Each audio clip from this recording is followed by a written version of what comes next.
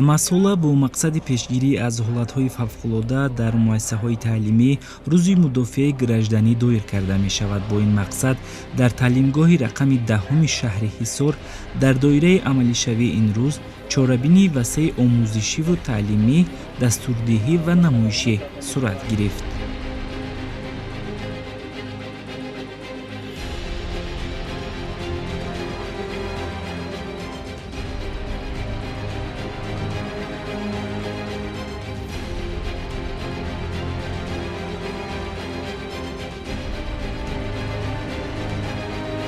омӯзгори дифои ҳарбии таълимгоҳ нахуст аз омодагии ҳайати омӯзгорону хонандагон ёдовар шуд.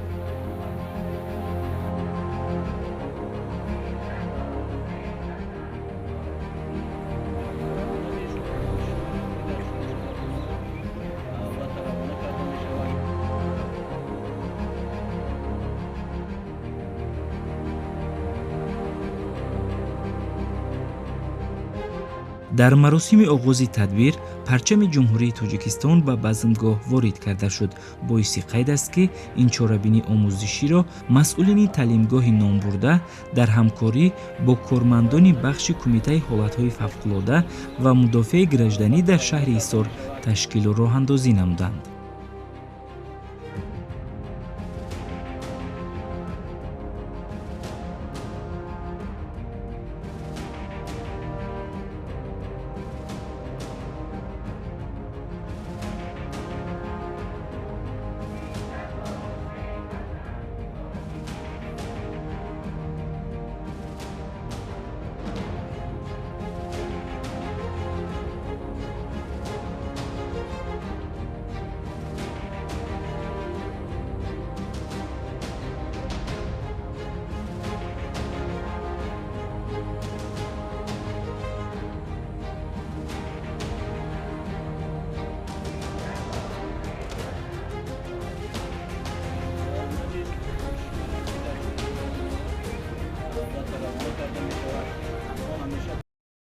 бо мақсади дар ҳолати омодабош қарор доштани нерӯҳои ғайриҳарбӣ ва ҳайати роҳбарикунандаҳои муассиса имрӯз дар муассисаи рақами 10-и шаҳри Ҳисор чорабинии намунавии рӯзҳои мудофиаи гражданӣ гузаронида шуда истодааст, ки имрӯз дар чорабинӣ тамоми хадамотҳо ва нерӯҳои ғайриҳарбии муассиса фаъолона иштирок карданд.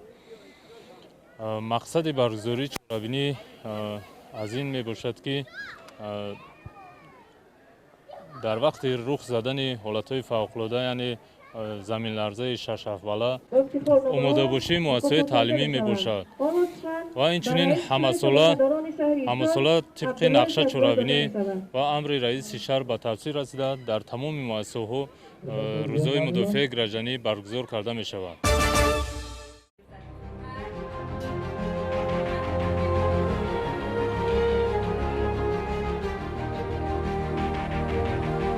ҳамзамон дар доираи барномаи ин рӯз бо иштироки хонандагони синфҳои ибтидоии муассиса дарсҳои намунавӣ сурат гирифтанд. боиси қайд аст, ки дар тадбири назариявӣ бехатарӣ дар мавзеъҳои интиқоли одамон аз минтақаи офати табиӣ ба макони амн ҳангоми ҳолатҳои фавқулодаи табиӣ ва техногенӣ, мавзеъҳои шиддатнок дар самти офати табиӣ ва зарари он ва монанди инҳо мавриди диққати насли наврас қарор гирифт.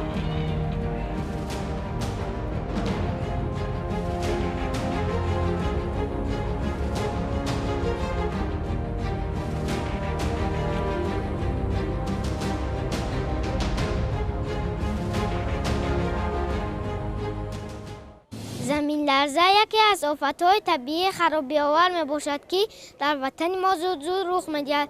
заминларзаи сахт биноҳо, роҳҳо ва дигар иншоотро хароб мекунад. заминларзаро аниқ пешгӯӣ карда наметавонем. бинобар ин аз рӯи зарбумасъал илоҷи воқеа пеш аз вуқӯъ амал кардан лозим аст. барои эҳтиёт аз заминларза ҳар як шахс бояд барои сохтани бинои хона бояд роҳи баромад ва таъмини ҷойи хонаро ба ҳисоб гирад. اگر وقتی که زمین لرزه باشه ما باید یگان جای بخوف رو انتخاب نمونده در همان جا ایستیم. به هر طرف دویدن ممکن نیست. سیل و آبخیزی آفت‌های طبیعی خرابی آور می‌باشد. این آفت‌ها بیشتر به مردمی که در ساحل دریاها و دره‌ها زندگی می‌کنند ضرر می‌رساند. سیل و آبخیزی باعث ویران شدن بناها، راه‌ها، ضرر دیدن کشتزارها و فوت موجودات زنده می‌گردد. اینچنین نمایش رسمای تصویر کرده خوانندگان وابسته به موضوع امروزه دقت حاضرین را به خود جلب نمود. اطلاع داده شد که مسئولین تعلیمگاه حدودی بیش از یک ماه در مؤسسه میان همه خوانندگان آزمون را اعلام کرده بود و بهترین رسمها گرد آورده شدند.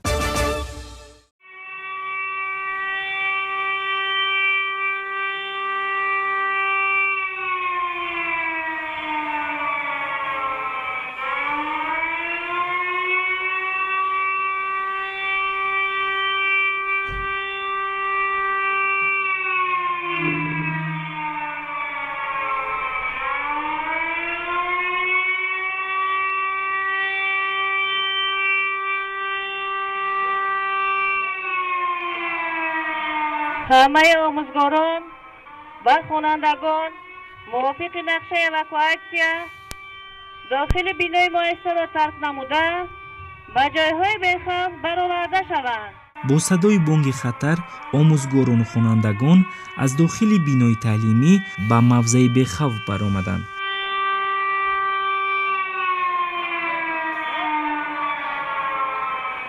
نیروهای غیرحربی مؤسسه به محل جمع‌شوی حاضر شوند. هیئت شخصی مؤسسه بینا را ترک نموده در جای بی‌خوف حدود مؤسسه صف کشند.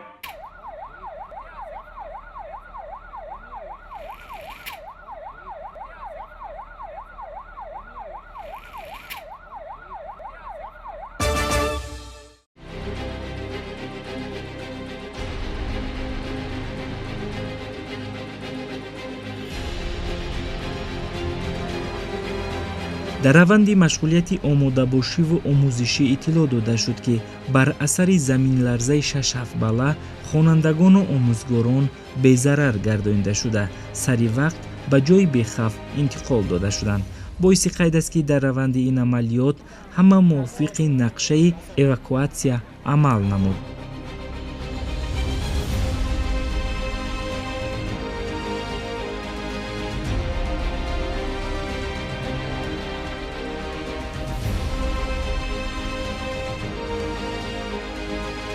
نیروهای غیرحربی مدافع شهروندی مؤسسه از محل آفت طبیعی و موضع خرابه‌زار ضرردیدگان را بیرون آوردند. در این کار به آنها کارمندان خدمات دولتی آتش‌نشانی در شهر حصار، بخش کمیته حالت‌های فوق‌العاده و مدافع گردشدنی در شهر و کارمندان ساحه تندرستی کمک رسانیدند. نجات دهندگان حالت فوق‌العاده اصول‌های رسانیدن اولین یاری طبی به ضرردیدگان را به خوانندگان نشان دادند.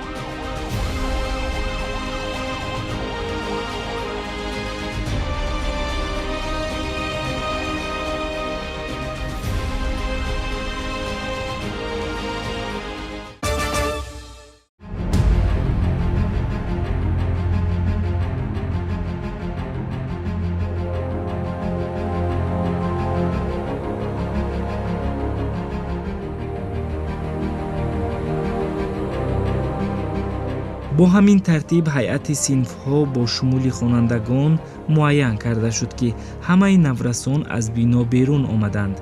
گفتند به مورد است که در این تدبیر گروه‌های سانیتری، علاقه، سوختار خاموشکنی، نظارت ترتیب جمعیتی، نجات‌دهی، رادیوستانسیای کیمیاوی، аз ҳисоби мактабачагону омӯзгорон фаъолона иштирок намуда вазифаҳои дар наздашон гузоштаро иҷро карданд.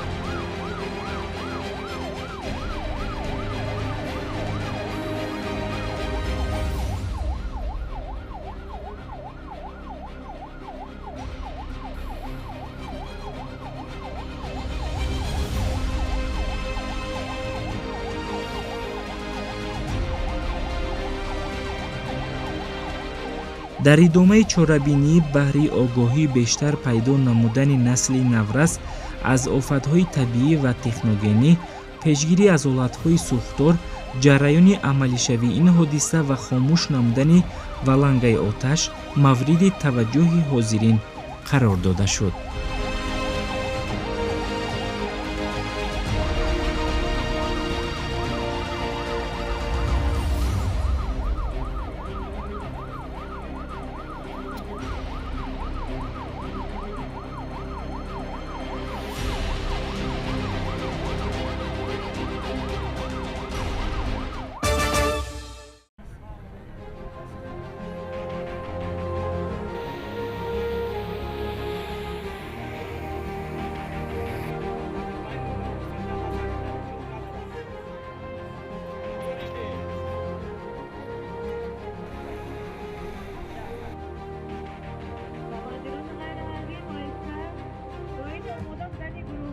дар қисми ҷанбастии рӯзи мудофиаи гражданӣ бахшида ба 27-уми солгарди таъсисёбӣ Кумитаи ҳолатҳои фавқулода ва мудофиаи гражданӣ ҳозирин ба сухан баромада зикр намуданд, ки ин омӯзиш муҳим аст ва бояд дар тамоми таълимгоҳҳои шаҳру ноҳияҳои мамлакат баргузор карда шавад, то насли наврас аз офатҳои табиӣ бохабар гарданд. Барои ширкати фаъол ва дар сатҳи зарурӣ баргузор намудани ин тадбир аз ҷониби дастандаркорон ба хонандагону омӯзгорон сипоснома тақдим карда шуд.